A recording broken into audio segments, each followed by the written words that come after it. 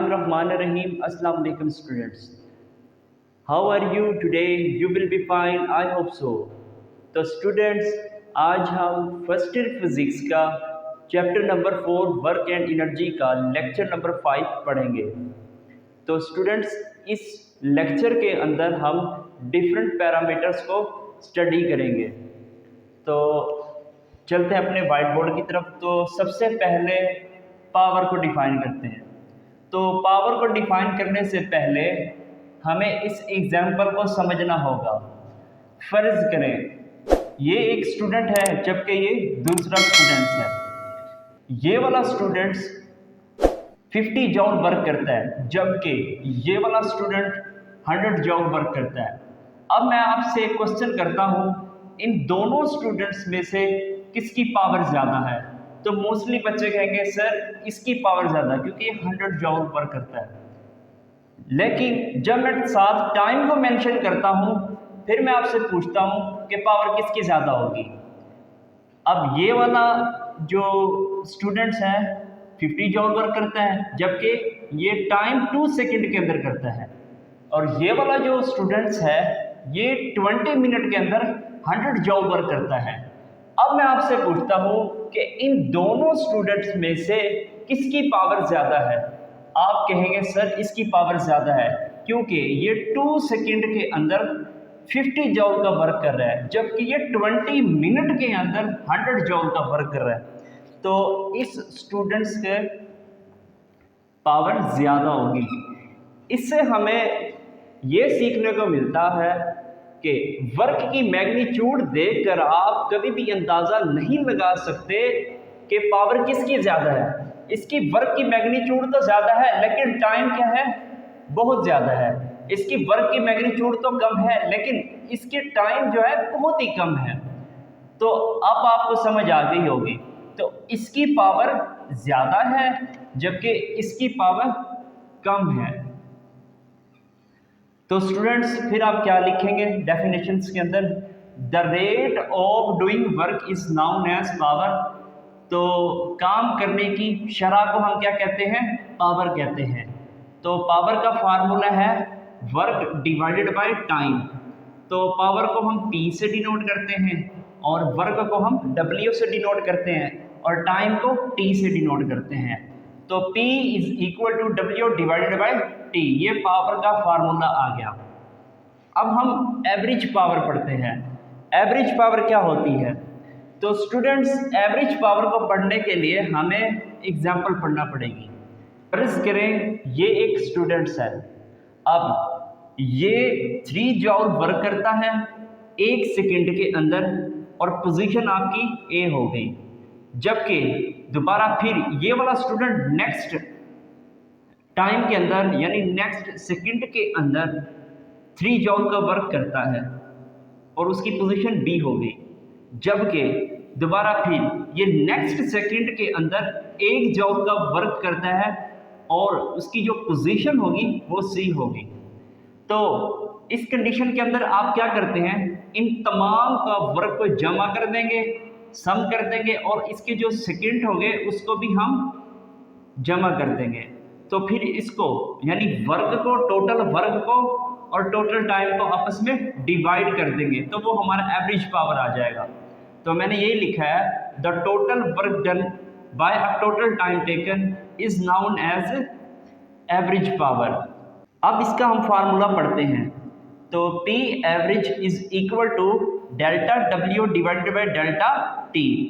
Delta W से मुराद है टोटल वर्क जबकि डेल्टा T से मुराद है टोटल टाइम। यानी टोटल वर्क को जब मैं टोटल टाइम पर डिवाइड करता हूँ तो हमारे पास एवरेज पावर आएगा। अब ऊपर वाले एग्जाम्पल के अंदर आपने देखा कि अब ये वाला जो A पोजीशन का जो वर्क है वो 3 जॉल हो गया, B पोजीशन वाले का 3 जॉल और C पोजीशन का 1 जॉल वर्क हो गया। अब इसके टाइम को हम डिवाइड करते हैं 1 सेकेंड, 1 सेकेंड एंड 1 सेकेंड। अब जब मैं इसको सोल्व आउट करूँगा तो ये जॉल सेकेंड फर्क आ जाएगा। इसका मतलब ये है कि 1 सेकेंड हमारा वर्क आया है। ये एवरेज जो वर्क है ये इतना अच्छा नहीं आया, लेकिन इसको मज़ीद अच्छा बनाने के लिए हमें इंस्टेंटेनियस पावर लेनी होगी। दोबारा सुन ले स्टूडेंट्स, जो एवरेज पावर है ये इतना अच्छा नहीं आया, इसके फ़ायदे भी होते हैं, इसके नुकसान भी होते हैं एवरेज पावर के, लेकिन इसके नुकसान को कम करने के लिए, इसके डिसएडवांटेजेस को कम करने के लिए हमें इंस्टेंटेनियस पावर लेनी होगी। तो इंस्टेंटेनियस पावर क्या होती है कि किसी भी लम्हे के लिए हम पावर को कैलकुलेट करते हैं तो उसे हम इंस्टेंटेनियस पावर कहते हैं, या इंस्टेंटेनियस का मतलब होता है लम्हाती। किसी भी लम्हे की पावर को हम क्या कहते हैं? लम्हाती पावर। तो इसकी डेफिनेशन क्या होती है बच्चे? The limiting value of delta W divided by delta T, ये क्या है इधर? Delta W divided by delta T, average power है ये, where delta T approaches to zero is called instantaneous power. जो डेल्टा टी है वो अप्रोच करता है जीरो को, बच्चे जीरो नहीं होता है बल्कि वो अप्रोच करता है जीरो को, तो इसीलिए इसे हम क्या कहते हैं? इंस्टेंटेनियस पावर कहते हैं। अब इसका फार्मूला पे instantaneous power is equal to limit delta t approach to zero is equal to zero नहीं, approaches to zero delta W divided by delta t. अब ये जो पावर है ना, ये जो हमारे डिसएडवांटेजेस आ रहे होंगे हमारे वर्क के अंदर, यानी एवरेज वर्क के अंदर, ये उसको बहुत ही ज़्यादा कम कर देगा, तो ये हमारे लिए फ़ायदेमंद है। अब हम पढ़ते हैं शॉर्ट क्वेश्चन, एक बहुत ही इंपॉर्टेंट शॉर्ट क्वेश्चन जो पेपर के अंदर अक्सर आता है। तो prove that P is equal to F V, तो ये शॉर्ट क्वेश्चन आता है बोर्ड के अंदर। अब आप जानते हैं कि एवरेज इंस्टेंटेनियस पावर क्या होती है? P instantaneous is equal to limit delta T approaches to zero delta W divided by delta T, ये आप जानते हैं। अब आप वर्क का फार्मूला पढ़ के आए हैं, W is equal to F dot D, the dot product of the force and displacement is known as work. ये वर्क का फार्मूला है, ये मैं लिख देता हूं, W is equal to F dot D. तो इस W की जगह हमने एफ डॉट डी वैल्यूज को पुट कर दिया। अब क्या करते हैं बच्चे? अब इस फोर्स को हम बाहर ले जाएंगे और लिमिट को अंदर ले जाएंगे। Limit delta T approaches to zero delta d divided by delta t आ गया। अब ये वाली जो टर्म है ना, the time rate of change of displacement is known as velocity, तो ये वेलोसिटी के बराबर होता है। Limit delta T approaches to zero delta d divided by delta t किसके बराबर आ गई है?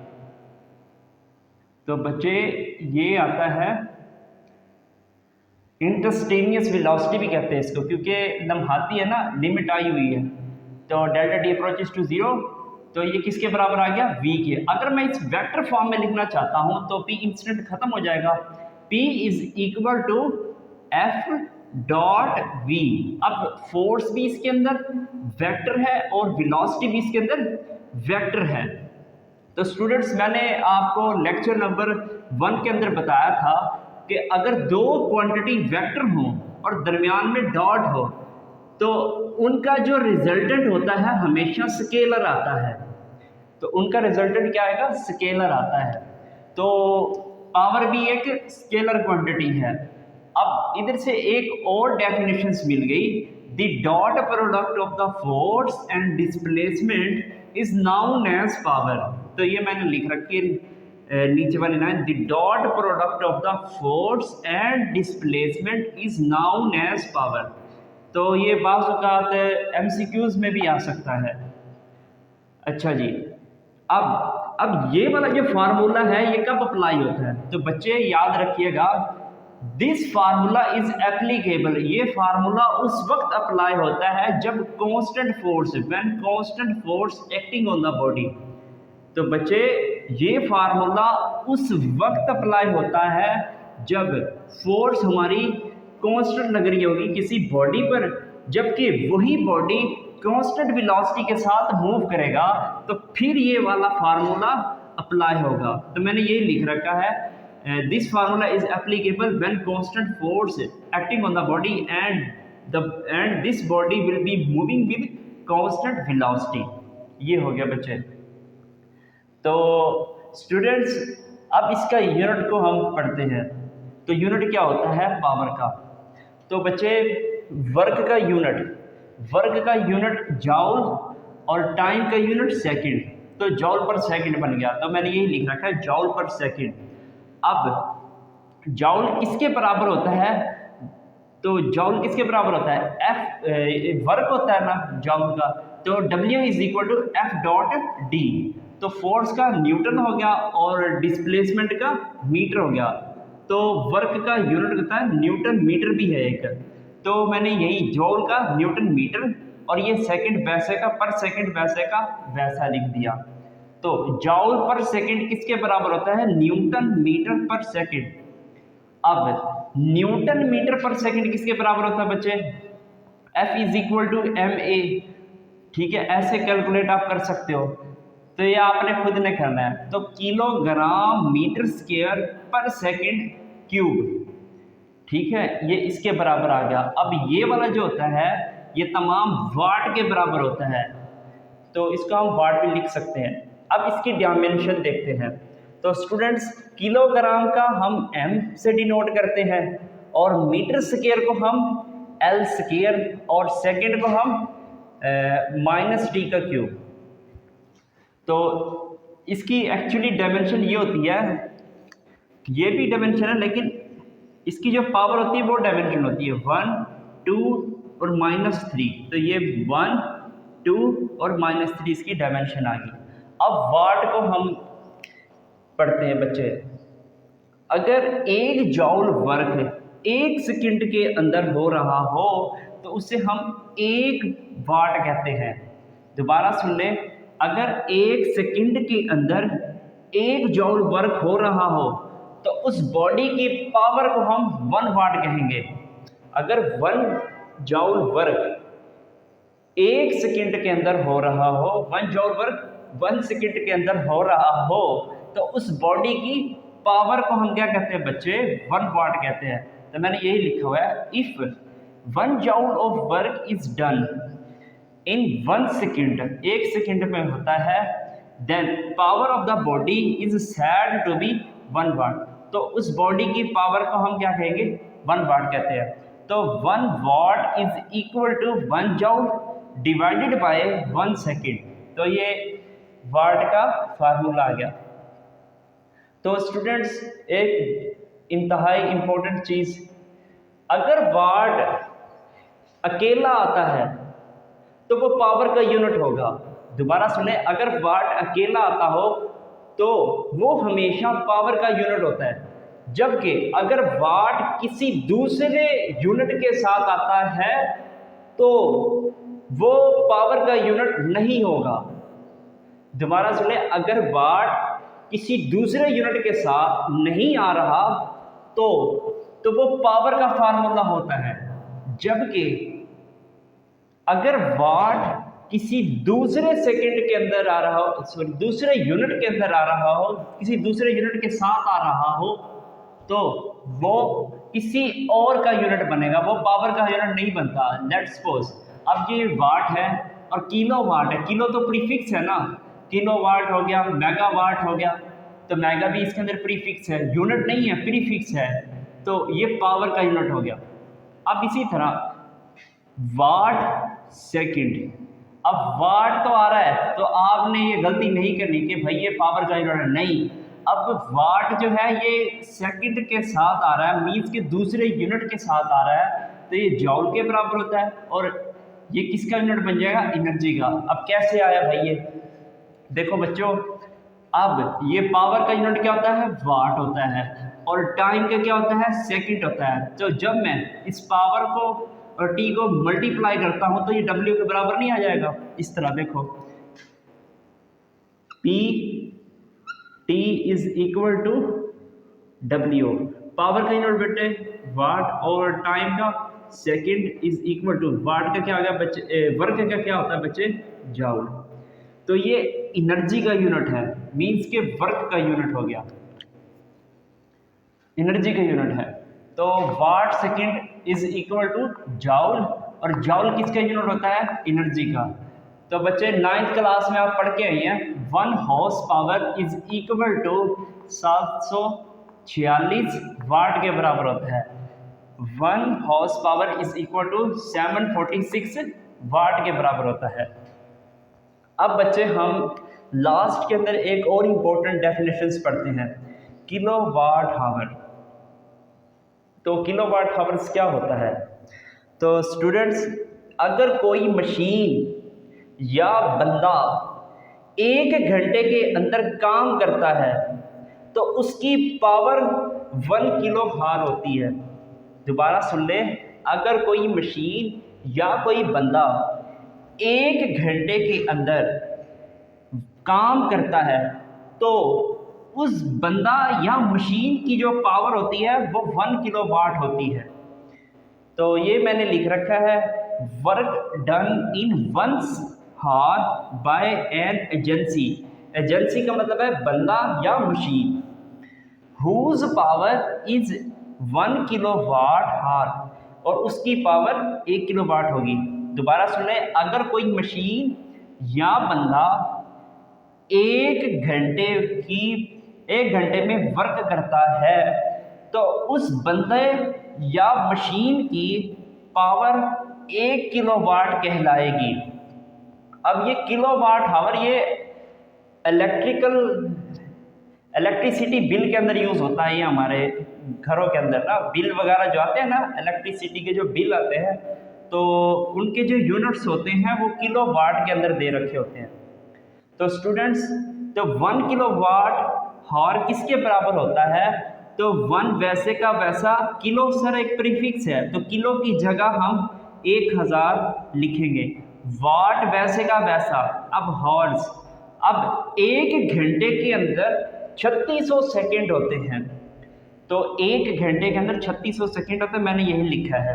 अब 1000 और ये 3600 जब आपस में मल्टीप्लाई होते हैं तो 3650 आ जाएंगी, 1 2 3 4 5, ये ज़ीरो क्या हो जाएंगी, ऐड हो जाएंगी। अब वाट और सेकंड, सर वाट और सेकंड किसका यूनिट था, आपने बताया था अभी, तो वाट सेकंड जूल के बराबर होता है।